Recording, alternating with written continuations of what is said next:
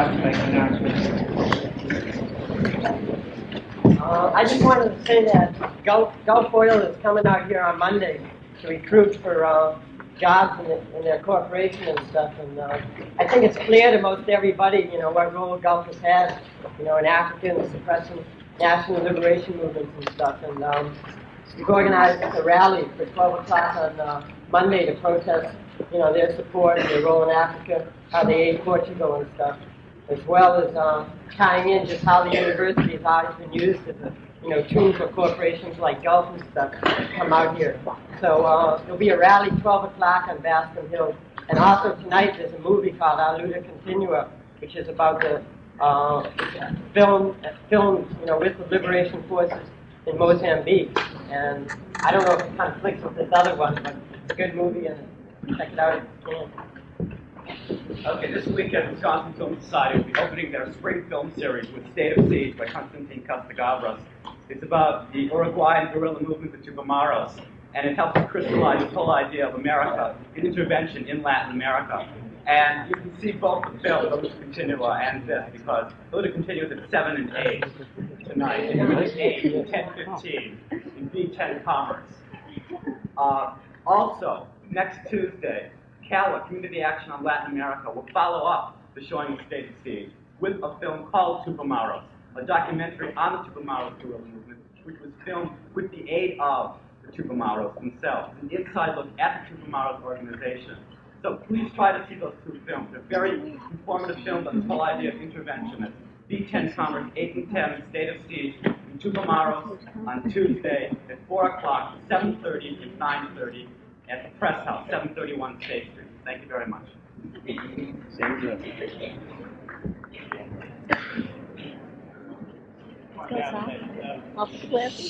Okay, Kiribas is the director who also made the film Z from the Vasilikos novel, which novel is in paperback, incidentally, and which describes a great deal about the processes in Greek society and Greek politics in the period of the 1950s and early 60s. Let me point out one thing to you before I begin, and that is that we have distributed to you now those section lists, those discussion section lists. We have already accommodated, I think, whatever changes have been necessary and that we have had to accommodate. So let me urge you to prepare your readings for the discussion this weekend, so that you come to the first session prepared. And please do come to the first session, because it's terribly important that the teaching assistants who work very hard at this have a sense of who is in the section. Sometimes a few of you disappear for a week or two after the beginning, but come anyway the first day, so that we know who you are, and consequently we can have something of a coherent record, and do the reading, because that makes it very much more fruitful. We can begin to understand something about the significance and something about what was at stake in the Greek resistance movement between 1942 and 1945. We can begin to understand something about why the British intervened so brutally against that resistance movement in the fall of 1944. We can begin to understand why it was a brutal and bitter civil war after the liberation of Greece in 1945, which was to follow hard upon that resistance movement. We can begin to understand all of those things if we keep in mind that the Greek resistance movement of the 1940s was not only, or perhaps even primarily, a popular movement simply to harass the occupying troops of Germany and of Italy. It was not only, or even primarily, a popular movement to oust that occupation, that fundamentally that Greek resistance movement was implicitly and explicitly something very much larger and very much more important. What I am saying is that it really is akin to the movement of the partisans in Yugoslavia. It really is akin to the national liberation movement of the Vietnamese people against the Japanese. And when I say there is that kinship, what I mean is that it is an immense and mammoth historical opportunity in Greek history. That what you do is devolve power in the period of the Greek resistance into the hands of the popular masses, that many of them take up weapons after all, that they begin to organize in the liberated zones a life of their own. They begin to refurbish Greek society by themselves, And in the course of doing that, after all, they begin to renovate Greek society. They begin to create a popular democracy. If you please, they break that historical bottleneck which had been created by their own elite and by Western imperialism, and that had been the weight over Greek society from the time of its independence in the 1820s. And all of that crucially important to remember now. We must not exaggerate either the coherence of the Greek resistance movement or underestimate its complexity.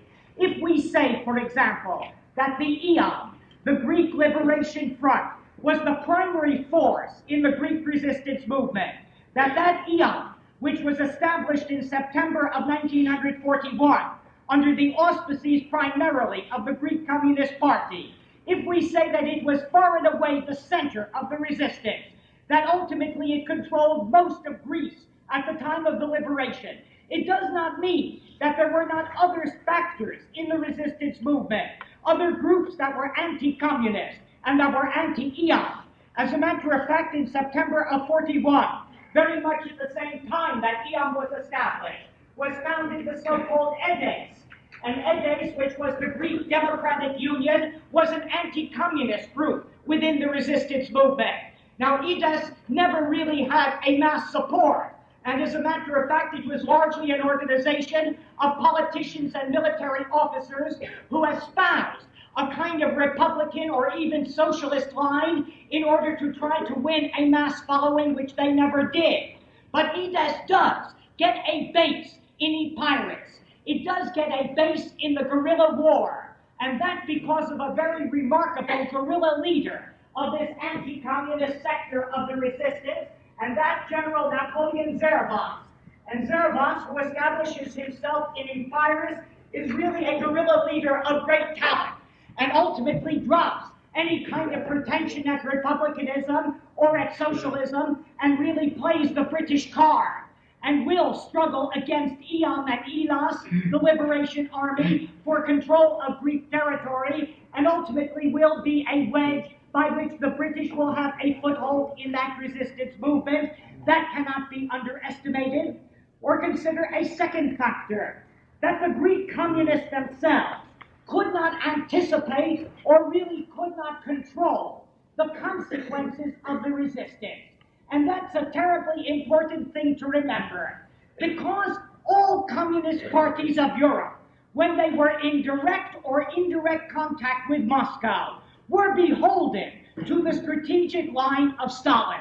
And the strategic line of Stalin, as we pointed out in regard to the Italian communists, was really to make very broad popular national fronts against fascism, against the occupier, and not really to push a revolution.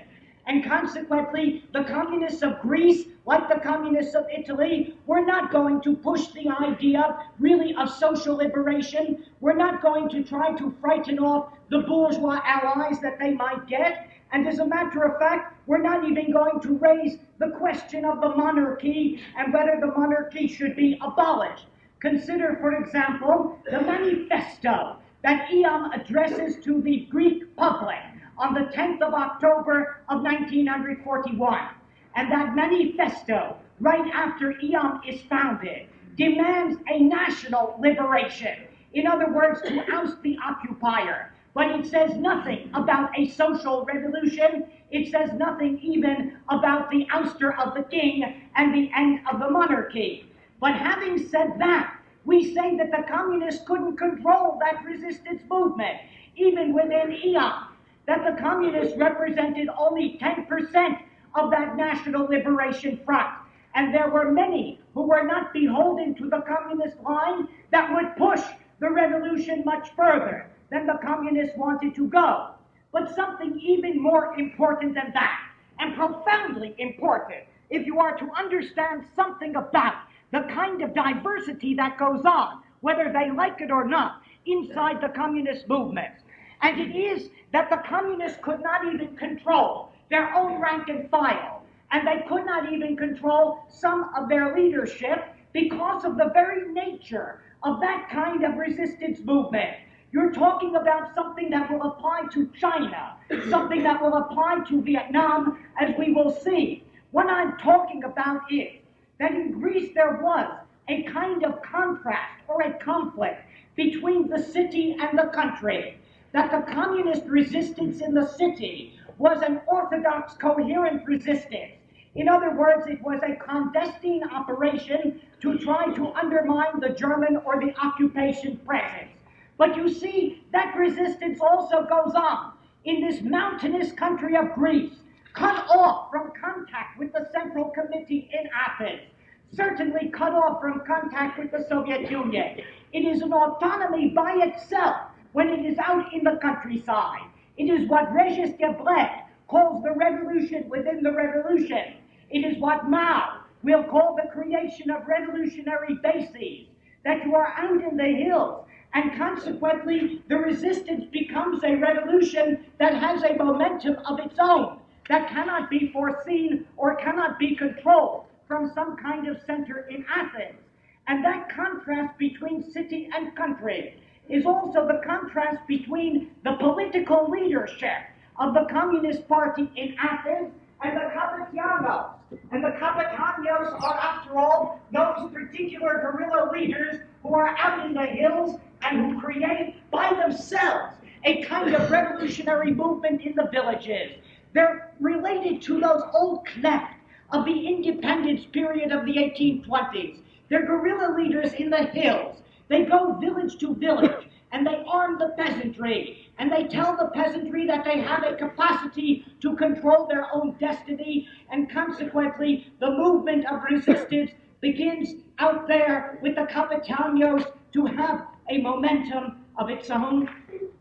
And the party distrusts that. It distrusts even its own greatest guerrilla leaders because it cannot properly control them. Aris Galukiotis, after all, who was the greatest name in the Greek resistance movement from the point of view of that kind of talent that he had for organizing peasantry, who was essentially a kind of peasant out in the hills, somebody who had a great capacity to make contact with villagers, always terribly suspect. Aris, you see, that's not his name. That's simply a name that he takes because it means God of War. And he was a young communist, and somebody who suffered terrifically in the 1920s and 30s, and went to prison several times, and ultimately imprisoned by Metaxas. And he ends up in October of 1941, and he begs the party to send him off into the hills of Rumelia, because it's in Rumelia, after all, that he knows his homeland, that he can make contact with the villages. And the party is very reluctant. Finally, at the beginning of 1942, Aris is out in the mountains of Rumelia and becomes one of the organizers of ELAS.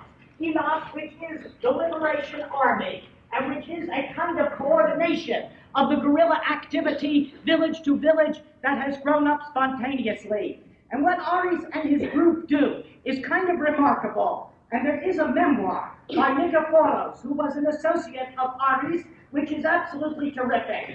And Nikephoros describes the movement of Aris and Elas up in the mountains of Rumelia this way. And note it well, because you begin to understand something about process. When we arrived in a village, we were singing our partisan songs. Then we spoke to the villagers. We explained what our struggle was about. We told them that they had to organize. We persuaded them that if they didn't like their mayor, they ought to replace him. We held popular elections on the spot, and they themselves, these villagers, chose a new mayor and a municipal council, and we helped them to organize their own resistance, to control their supply, to control justice and administration. And then we left behind us a popular resistance organization. Well, you see, no matter what the line of the party is, that gets out of hand, because power begins to devolve. And even if you don't talk about socialism, in effect, when power devolves to the people, you already have the outworks of some kind of new society in the creation. And the party was suspicious, and in fact they called Aris up before the Central Committee in Athens in March of 1943. And you can understand it. There are Siankos and these very good communists down in Athens. And they're saying these guys up in the mountains, what they're doing is mucking up the line, that the bourgeois are getting frightened, that the British won't give us any supply, that Zervas and Idas are beginning to fight against Iam and Elas, and consequently they're dividing the resistance. And they say to Aris, come down from the mountains, we want to talk to you. And of course, for Aris, whose face was everywhere, whom everybody knew as a kind of legend, with that immense black beard, quite obvious.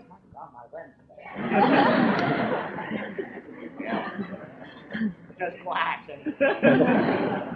And consequently, Aris, who had this tremendous kind of visibility, refused to shave the beard. Comes into Athens in the beginning of March of 1943, just walking in. Claims that he's disguising himself because he has a priest's robe on. And he has a priest's robe on because underneath he's just full of revolvers. Finally, he walks down toward the headquarters of the Communist Party, which is presumably clandestine, under the eye of the Germans, and there suddenly is spotted by German sentinels, and he gets into a taxi cab to go the rest of his route, and when he gets out of the taxi, he forgets his bag, and the cab driver finds it, and it's full of grenades. And that's the way he goes before the Central Committee, and he agrees, yes, he'll follow the line, but he never does, and he can't, and the resistance in the mountains will go its own way. You see the point. The point is that even if you have an anti-communist sector in the resistance, as represented by Zervas and Idas, even if you have a line by the communists, this cannot be contained just as a movement against the occupying forces, except for one factor, and it is the crucial factor. And it is not the anti-communist resistance, which is small. It is not the party line. The crucial factor is the British presence. And the British presence is about, after all, what the resistance will ultimately have to struggle against. And when we talk about the British presence, we don't mean a physical presence. We mean an ideological and strategic presence. That the British insisted that Greece was their pawn. They insisted that their political and economic and strategic primacy in Greece could not be threatened. You see, the British had a great stake in Greece. They had a stake economically because it had always been their kind of market. It had been a privileged market for British investment. It had been a privileged market for British loans. And beyond that, there were all kinds of potentialities in Greece that British capitalists were interested in. But it's more than that. It's strategic that Greece controls that sector of the Mediterranean. And if you are to protect Egypt, if you are to protect Suez, if you are to protect that lifeline to India, you must control Greece. The British were sure of that. And they had a strategy in two steps. It is a two-pronged strategy that the British have in Greece during the war. One is to protect and ultimately to restore the Greek king and with him the government in exile. Now the king, George II, and the government in exile under Tsouderos, which had been taken off the mainland in May of 1941, when the Germans occupied, that government in exile and that king were under British protection. And they were in the city of Cairo. And there they were British agents, as it were. And the British insisted that both the king and this government in exile of Tsouderos had to go back to the mainland and do their British bidding. Fantasy. Sheer fantasy. Fantasy from the point of view that the king was wholly discredited, that the Greek people did not want that ruling house back, that George II had, of course, created tremendous hostilities during the Republican movement of the 1920s and 30s, but then even more, it's this George II who had brought in Metaxas, who had brought in that fascist regime, and consequently over 90% surely of the Greek people wanted nothing to do with this king, and the government in exile of Tsouderos. It, after all, is a product of the 4th of August of 1936. It is a product of the Metaxas regime. And Sideros, who is himself a regent of the Bank of Athens, and which is itself a kind of British agency, he surrounds himself with all of these old officials of Metaxas. There's Metaxas, who is the Minister of the Interior, who had established that secret police. There are all these old fascists and royalists. That constitutes this government in exile, and the British think they can bring it back. And what gives them that illusion? What gives them that illusion in the first place, quite obviously, is that they have to have those agents back. That the king and that government in exile know damn well that they have no future outside of the British, and so they are perfect pawns. But beyond that, the British know that they have American support. And the American support is categorical in July of 43. The United States figured that Greece really was British, that they couldn't go into that particular market, and consequently, when the British kept telling them that the king was essential to prevent communism, the American State Department agreed, and so we have them wiring the British Foreign Office in July of 43 this way. These are the words of the State Department. The United States recognizes the present Greek regime and acknowledges the necessity for continuity in government. It shares the confidence of the British government in the friendly and loyal sentiment of the brave Greek king and of his government. And consequently, the Americans were behind this Greek fascism. And the second part of the strategy, even more important. It's one thing to want the king back. It's one thing to want this Sideros government back on the mainland. But the second part is more important. And that is the imperative of containing, of weakening, and ultimately of defeating the popular resistance movement in Greece. Fantastic. Because that resistance movement is fighting against the occupier. Because presumably it is your ally, but no, that popular resistance movement, Elos, they will preempt Greece, they will oust British imperialism, and they must be contained and weakened. But how do you do that? The British are in Cairo, and the Greek resistance is in the country. And how do you do that? The first point of contact between the British and the resistance movement comes through their intelligence services. It comes through what is called SOE. SOE, Special Operations Executive. SOE was a part of British intelligence, and it was that sector of British intelligence in the Second World War that had to do with resistance movements, that made contact with resistance movements, and presumably to try to coordinate action against the Nazi, against the German occupier. And so SOE first made contact with the Greek resistance from the city of Cairo, because SOE for the Middle East, including Greece, was centered in Egypt, was centered in Cairo. Now, there's something very important to note. It's complex, but it tells you a lot about American policy in that period also. And that is that there are two levels of conflict in the making of British policy. That there is a conflict between the Foreign Office and Special Operations. Special Operations was, if you please, military in its outlook. It was concerned to make the best possible military effort against the Nazi occupation, against German forces. The Foreign Office was political. It was concerned, after all, not only to make that operation, but to guarantee British interest wherever there was to be some kind of vacuum. And secondly, a conflict in SOE between those who were behind in Cairo and those who were on the scene. In other words, between those who didn't recognize the reality of what the resistance movement was, who thought it was possible to contain this left, and those who were on the scene, no matter how conservative they might be, but who saw the reality that after all, Greece couldn't possibly simply be funneled into some kind of straitjacket, simply recreated as you wanted it. And you see, parenthetically, British agents in the field were a little bit flexible that way. They're much better than the Americans. American agents in the field really are, they're brute. They simply never change. They go out to Vietnam, they know they've got to undermine these people, and they do it from beginning to end, A to Z. And there are very few CIA people who turn.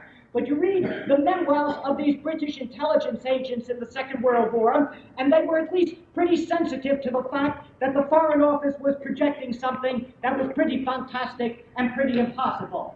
And so what happened was, now let me just see if I can fix this in, because I can't read anything if I don't. I've done this before, which shows you a repetitive stupidity.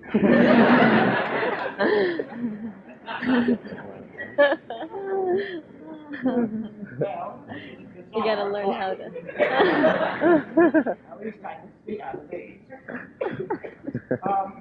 What happened was that the British then sent their first contact people in September of 1942. They landed parachutists, 12 men, special agents, up into the hills of Epirus in order to try to make contact with Zaragoza.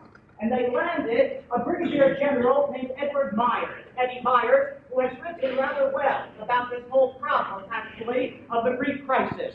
And with Eddie Myers, Brigadier General Myers, was landed Colonel Chris Woodhouse. And Woodhouse has written one of the very best sources for this entire period, a book of memoirs called Apple of Discord, which, though Woodhouse himself is very conservative, is an extremely honorable account of what went on in the period between 42 and 45 in Greece. And these guys went up there, Myers and Woodhouse and 10 others, landed up in Epirus, and their only view was to make contact with Edes, to make contact with Zerbos and that sector of the resistance. They really didn't know anything about the National Liberation Front. But once they got there, they began to see that really the significant part of the resistance movement was on the left. The significant part was this National Liberation Front. And so they tried in some sort of way to combine the military and political interests that they had. In other words, to mute somewhat the impact of EOM, but nonetheless not to ignore it. In other words, to try to bring a unity of effort between the Zerbos forces and the forces of EOM, which were presumably led by the communists. And that was the effort of these guys in the field. But you see, back in Cairo, the British had no such view. And you get in Woodhouse's book the statement of a remarkable telegram that he was to receive at the beginning of 1943 from Cairo, and listen to it well, because he makes a marvelous comment at the end of it. And here he receives, at the beginning of 43, when dispatches are going in saying the resistance movement is strong, but it is basically to the left, and it is anti-monarchist, and Woodhouse gets this telegram: "We duly note your judgment on the importance of the guerrilla movements in Greece. We agree that you can't refuse contact with any group just out of political bias.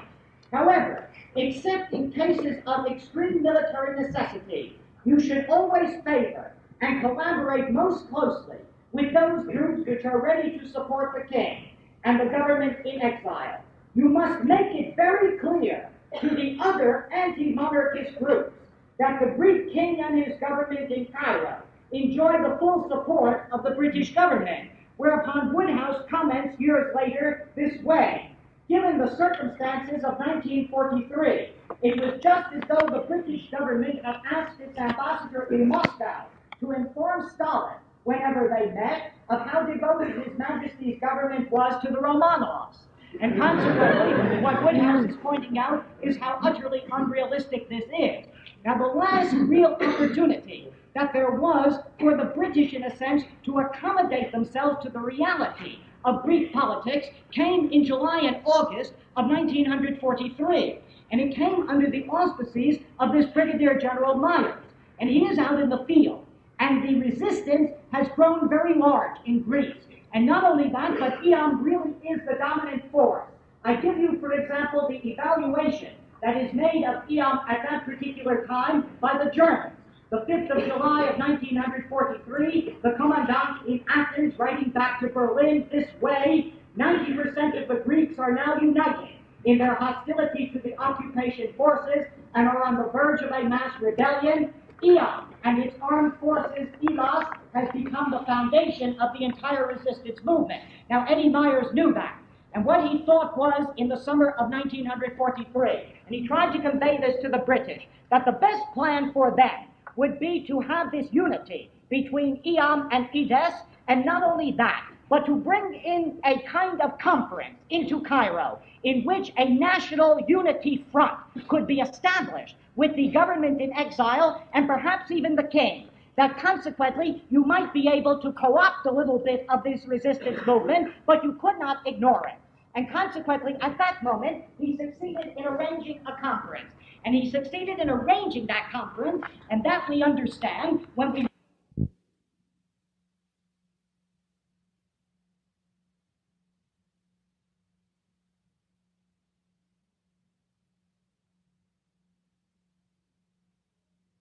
called Sir Reginald Leeper. And Leeper, in his particular memoirs, writes this: the poor man was really on the spot and consequently agreed to this particular meeting in Cairo. Leeper writes in the memoirs, the political arm of British policy, namely the Foreign Office, unconditionally supported the king and his government. The military arm, that is our intelligence agents, supported the delivery of arms and money to the worst enemies of the king in the Greek mountains. When I pointed out to the Foreign Office that this was a contradiction, they told me to resolve it. The result was, quite obviously, that Leeper at that moment agreed to a convention or to a meeting.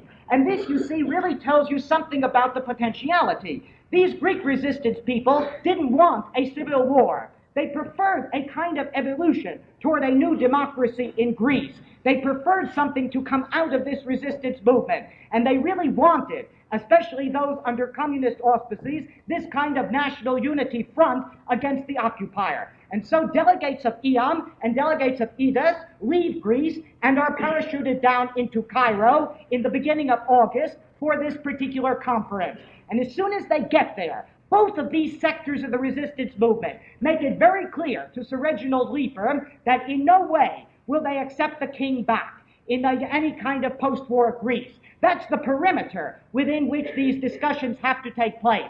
They make it very clear that there will have to be a plebiscite of the Greek people before the king can ever set foot on Greek terrain, which means that the monarchy will be ended. Now, Leeper isn't quite willing to accept that, being the agent of British policy. And being a British fop, he decides that perhaps it can all be best resolved at lunch with the king. So he arranges a luncheon between these guerrilla fighters in the mountains and the king. And the king arrives, of course, with utter contempt for the resistance movement. He arrives in tennis shorts and tennis sneakers and a tennis racket. That, after all, it has interrupted his proper activity. And so nothing comes out of that particular luncheon at all. Whereupon the resistance fighters, their delegates, then cable or wire to the government in exile right there in Cairo, and they state their position very categorically on the 7th of August of 1943, in which they say, the undersigned representatives of the resistance parties and organizations have unanimously stated that in order to save national unity, which alone can assure our liberation, you must at once declare that the king will not re-enter Greece before the people have voted on the form of their government. Now, what is most fascinating is that the government in exile had been going through a little bit of transformation. That Suderos, because he was afraid that it really was too much a Metaxas regime, had begun to oust some of the worst reactionaries and bring in a few liberals like Sophocles Venizelos, the son of Venizelos, and consequently, on the 19th of August, 12 days later, the provisional government replied and said that we agree that the non-return of the king before a plebiscite is indispensable if we want to avoid a civil war in Greece. The 19th of August of 1943. For a moment, it seemed possible to make a national front and to make, you see, a transition, if the British were willing to accept that, to make a transition to a regime in which the popular forces would finally have a proper say. But that same 19th of August of 1943 saw the end of that possibility. Because on that very day, the king wired to Churchill and to Roosevelt, both of whom were en route for the Quebec conference at that particular time, and in his wire you find a most extraordinary presage of what will happen. What is being proposed, the king reminds Churchill, What is being proposed, although the particular point of reference is Greece, will have vast repercussions elsewhere. It can influence developments throughout the Balkans, which you have marked out as special interest to you. I think that I should return to Greece with my own army, even if, after a time, I should have to go into exile again to work with you, Greece's allies, to safeguard the interest of the nation. You see what George II is telling Churchill. He's saying, if you permit this in Greece, you have lost the Balkans. That even if I go back and there is civil war, and I have to leave again, I will come back with you, because it will be up to you, the British, if you expect to maintain your base in Greece, to invade that country and to impose your particular system. The message got through to Churchill, and consequently he immediately cabled the Foreign Office to put an end to these negotiations in Cairo. Sir Reginald Leeper was told to accompany these guerrilla fighters to the airport, and off they went, and that particular hope died. Over the next year, from the middle of 1943 to the middle of 1944, there are sporadic efforts, various half-hearted efforts to make a national unity front in Greece. None of them worked. The most notorious being the so-called Plaka Conference of the 29th of February of 1944, when representatives of Zervas and representatives of Iam got together, presumably to try to coordinate their military effort. But here is Zervas, at this point, really playing the British card and saying that he wants 50% control over the military forces of the resistance movement, even though his forces were only a tenth as large as the forces of Iam and Elam, and that conference failed. At that point, at the beginning of 1944, the British strategy moves to a new level. At the beginning of 1944, the British realized that ultimately they're going to have to invade Greece. Ultimately, they're going to have a military presence there, because what begins to haunt them is the vision of a Greece in which the Germans have been ousted, and suddenly the terrain is in the hands of the resistance movement. And quite obviously they are oppressed, because at the Tehran Conference, the Big Three Conference at Tehran at the end of November, it was decided that finally Plan Overlord, Strategy Overlord, which was the invasion of Western Europe, which was the second front, that was going to come in the late spring of 1944. The British couldn't spare 50,000 troops to send off into Greece, and so what Churchill did at the beginning of 1944 was to make a contingency plan. And the plan was to set aside 5,000 crack British troops in Cairo, in Egypt, to arm them very well, to prepare their transport, and to be able to land them at a moment's notice in Athens when the Germans should withdraw or be kicked out. In other words, that Athens would not fall to the resistance movement. And having decided that, after all, the British went on with their plans for the second front, and then they were disturbed. And they were disturbed in the spring of 1944 by two things. And noted very well because it shows you really where you are in the creation of your world. On the 10th of March of 1944, Iam and Elas, the resistance movement of the people, decided to form a provisional government in Greece. And they formed what was called the PEEA, or the Political Committee of National Liberation. And the Political Committee of National Liberation was established in order to administer liberated territories, in order to coordinate the struggle against the occupied territories, and in order, as it said, to devolve power into the hands of the people. In other words, the Rubicon had been crossed, that the resistance movement is now saying we are organizing a shadow government here in Greece. And what the implications of that are were very well underscored by Woodhouse in his memoirs, because Woodhouse pointed out what these Greek resistance people had been doing in the liberated territory. And listen to this. Having gained control of almost all territory, except some main routes used by the Germans, Eam and Elos gave the country things it never had before: communications in the mountains, the advantages of civilization and culture, schools and courts and local self-government, theaters, small factories, popularly elected assemblies. All of them appeared for the first time. I must admit, it was astonishing. It was a popular democracy born in the Greek mountains. And what you see Woodhouse is really saying is that it didn't make any difference if this provisional government, if this occupation of the liberated territories didn't proclaim socialism, that it was en route, that somehow something was growing in Greece that it would be very difficult to extirpate, and that frightened the British. And they became even more frightened by the mutiny that took place among Greek forces in Egypt following the proclamation of that provisional government. And that's one of the most fascinating aspects of the story. You see, Greek soldiers and sailors had gone down from Greece after the occupation. It wasn't only the king and this reactionary Tsouderos government that had gone down to Cairo, but there had been simple soldiers and sailors who had really braved the Aegean Sea in order to get to Egypt and to join the Allies in the struggle against fascism.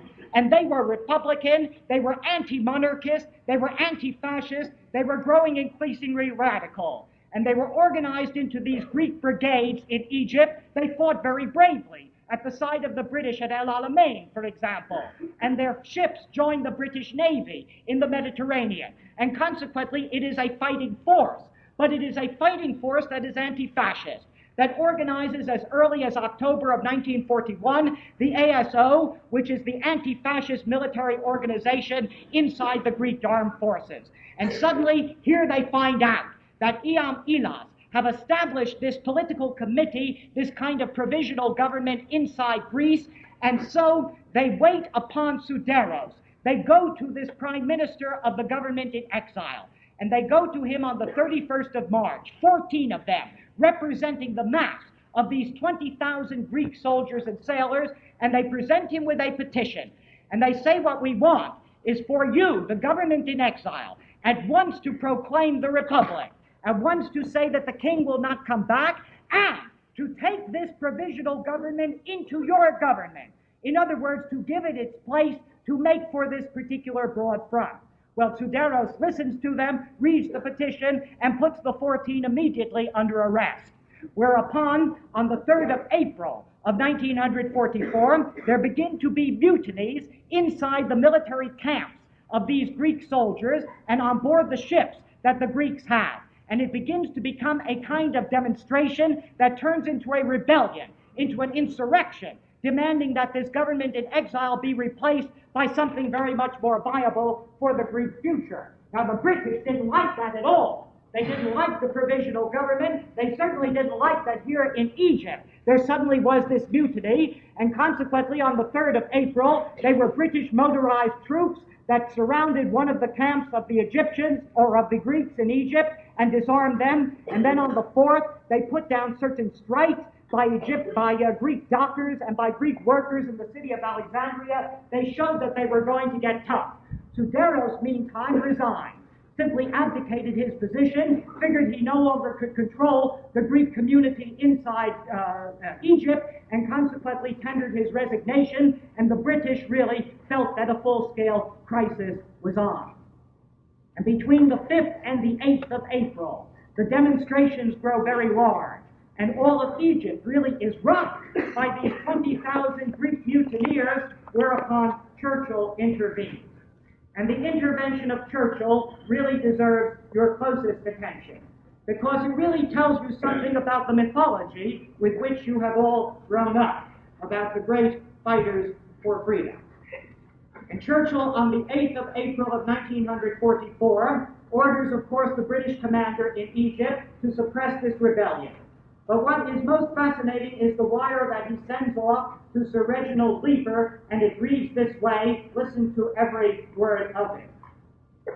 Our relations are definitely established with the lawfully constituted Greek government headed by the king, who is the ally of Britain, and cannot be discarded to suit a surge of appetite among these dismal emigre nonentities. Neither nor can Greece find constitutional expression in the hands of guerrillas, nothing but cutthroat bandits who are masquerading as the saviors of their country. I tell you that I vow that I will bring Greece back to the ranks of civilized countries. And then, as though to say that there might be a bad press if there were really repression, and that somehow Leaper might be a little bit finicky about that, Churchill added, as for the Greek dissidents in Egypt, don't worry about the external effects of your action. Simply keep them bottled up by artillery and superior force, and then let hunger play its part. And so it was that from the 23rd of April of 1944, the British forces did surround the camps of the Greek troops in Egypt and did finally disarm them, and 20,000 of them, soldiers and sailors, ultimately sent to concentration camps in Libya and in Eritrea, and that ended that force. But for the British, you see, it posed the question of Greece very, very directly. And it meant that the policy of simply keeping a troop of 5,000 to cope with this resistance that might be 50 or 60,000 at the end with arms in its hand, that simply wasn't sufficient, and the strategy had to move. And consequently, it is after this provisional government and after the mutiny that the British conceive of the idea of playing for time. And the playing for time really is an integral part of the story, because you cannot understand the American role in Greece unless you understand this next chapter. And that is that the British decided that they would make a national unity government, that they would have to co-opt the resistance movement, that what they really needed was some political figure who could stand at the head of a so-called national unity movement, who might have some reputation and might in some way disarm and co-opt the resistance, to play for time until that second front was established, to play for time until the British could land forces there. They needed someone. They needed a figure, and they found him.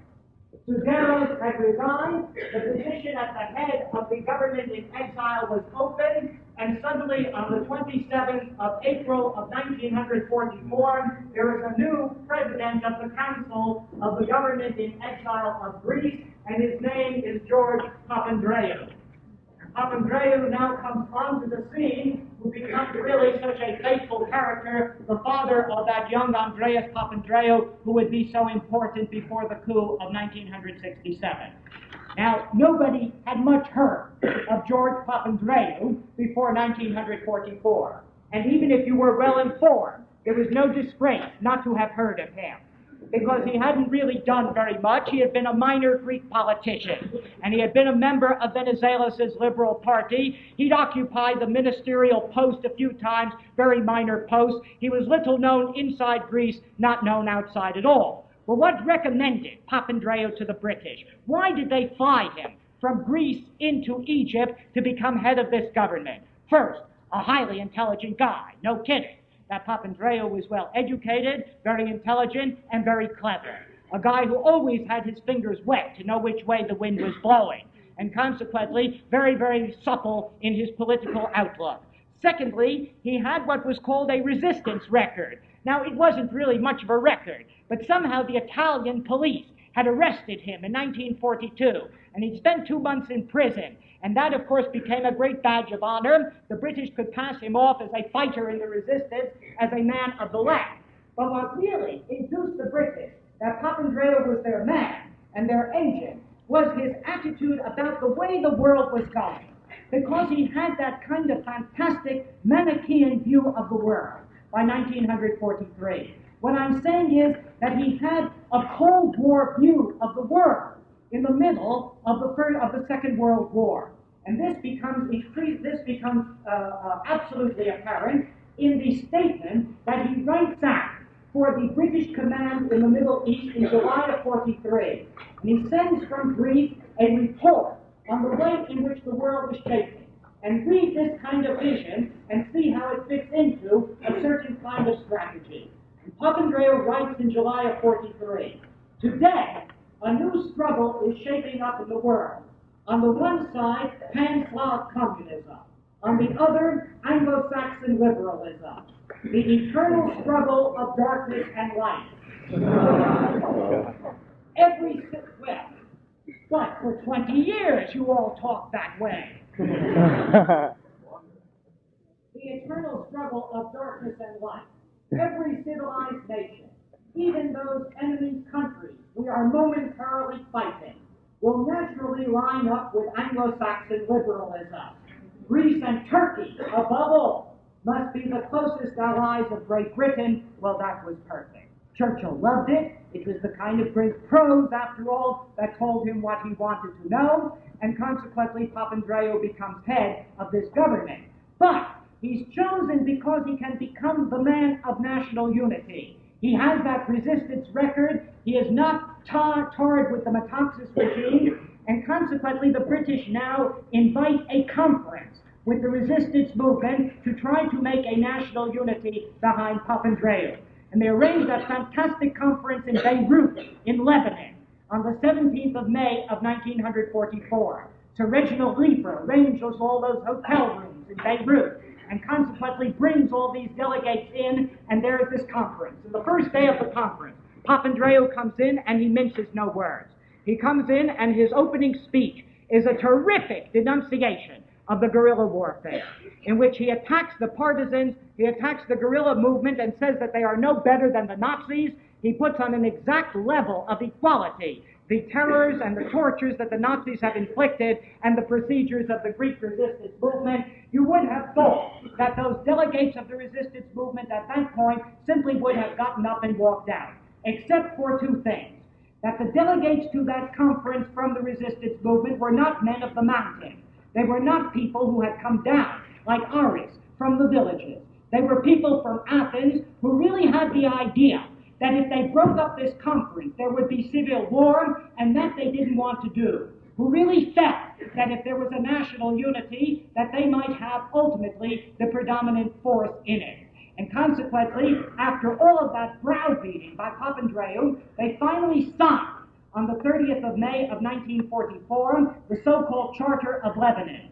And the Charter of Lebanon, you see, proclaims that Papandreou is head of a national unity government, proclaims that all forces in the Greek resistance are now to be put into the hands of that government in exile in Cairo, proclaims that all territories that are now controlled by Eon must be given up to the control of that Cairo government. All that the resistance delegates got at that particular conference was the agreement by Papandreou that the king would not return until there was a plebiscite of the Greek people. But the problem was that though those delegates signed that charter, could they impose it on the resistance movement in Greece? It was a great coup for the British, but would it work? And back in the mountains, it didn't work. And you get great guerrilla leaders like Marcos in Macedonia, who look at this agreement and say it is treason and pure treason, and the fighting goes on. And even back in Athens, in the Central Committee of the Greek Communist Party, it's felt that too much has been conceded, and there is a refusal to accept that Charter of Lebanon. What are the British to do? They have the support of the Americans, that's for sure. The American ambassador to the government in exile, Lincoln McVeigh, he keeps telling Roosevelt that after all, the British are the only barrier against communism in Greece. That's okay. But what Churchill needs, he begins to get. And that is the support of the Soviet Union. And so he begins to negotiate. And Churchill was tough as hell. And he knew that in Stalin, there was somebody who might understand old-fashioned British diplomacy. That there was someone who might understand the spheres of influence. And consequently, if he could get Stalin to commit himself to the idea very categorically that Greece was a British satrapy, that somehow the Greek communists would accept this kind of national front government under Papandreou. So the negotiations began in May of 1944, rather subtly at the beginning. It begins in London, and there is Anthony Eden, And Anthony Eden is elegant, and he doesn't bring up crude things at once. And he sees the Russian ambassador to London, who's a man named Gusov. And he says to Gusov, how would it be, how would your great leader feel if we had control in Greece and you people had control in Romania? And Gusov said, well, I'll try. And he comes back the 18th of May and he says, da. That our great leader decides that that is a very good deal, but do the Americans approve? Because if the Americans don't approve, then the deal won't go through, quite obviously. And so next it's up to Halifax, Lord Halifax, who is the elegant British ambassador in Washington. And he goes to Cordell Hull and he says, how would it be if, because we are primary in Greece and the Russians are primary in Romania, we make this deal on spheres of influence? And Cordell Hull says, no, all that's ours. And consequently, he says, to put it more technically, it violates the open door. And consequently, he refuses, whereupon Churchill makes his démarche very directly with Roosevelt. And he says to Roosevelt that it's either communism or us in Greece, that fundamentally we are stopping a tyrannical communist regime, and so 9 days later, Roosevelt agrees, and consequently that deal is in a sense consummated at the level of these informal talks. Now with that, the Russians make their first entry into the Greek scene, because Elas had begged the Russian for arms, and had never gotten any arms. And there had never been any Russians on the scene in Greece. And Molotov kept saying he didn't understand the Greek problem. And all the time that McVeigh was telling Roosevelt that the Russians were behind EM, and that if EM won, it would be a Russian victory, was pure mythology. The Russians simply weren't there, but suddenly they arrived. And they arrived by parachute. A delegation of 12 of them on the 26th of July in the mountains to meet the Greek guerrillas the 26th of July of 1944, the famous mission of Colonel Popov. And Colonel Popov sees the General Secretary of the Greek Communist Party, Tsiantos, and he says, what do you have going here? And Tsiantos says, it's a liberation movement. And Popov says, well, it's not much. We don't think you can win. And he says, well, will we get help from the Russians? And of course Popov says, no, we have no support for you. Now we understand that you have not agreed to that Lebanon Charter. We think that this is a very good charter and it will help the Grand Alliance against fascism. In effect, the Russians demand that the Greek Communist Party accept this Charter of Lebanon, and that then is done on the 17th of August of 1944. And still Churchill is worried. And he's worried because it's one thing for the Russians to agree that Greece will be British. It's another thing for the people in Greece to follow the line of the Communist Party. And he's still worried, and consequently he pushes off on Roosevelt on the 19th of August of 1944 what is called Operation Rankin. And Operation Rankin is for a force of 12,000, very, very highly armed, to be prepared in Italy, to be dropped into Greece at a moment's notice if the Germans take off. And that is really, you see, what the great panic is. The British are occupied on that Western Front. Suppose the Germans leave Greece suddenly. Suppose it's all in the hands of the resistance, and that is what happened. Because Hitler got the idea. And it is consummated on the 14th of September in his discussions with General Jodl. He gets the idea that Greece is a liability for the Germans. They need those troops elsewhere. And besides, if they leave, it will be civil war in Greece and it will bog the British down. And suddenly they decide they will withdraw from Greece, and they begin that in October of 1944. And Churchill is beside himself, and he has to move quickly. And consequently, he rushes off to Moscow to get some kind of very firm agreement from Stalin. And the trip to Moscow on the 9th of October is really exquisite if you look for the way in which bargaining was done in those days. Now look into Churchill's autobiography on that particular question. And he talks to Stalin immediately on the 9th of October. He has no time to lose. And consequently he says, the moment was apt for business. So I said to Stalin, now let us sit down and settle our affairs in the Baltics. Now your armies are in Romania and Bulgaria. And we have interests there, missions and agents and so forth.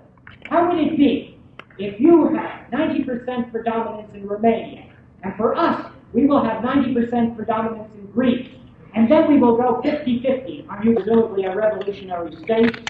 Churchill added to sum up what the advantage of this kind of agreement would be, because you see, Comrade Stalin, if we manage these affairs well, we shall prevent civil wars. And Stalin agreed. And consequently, the Russians would not be any problem. The problem was that when the British began landing under Operation Rankin, began landing their forces in Greece in the beginning of October, there were 75,000 armed Greeks who were controlling that country, and the problem of a clash became the crucial one.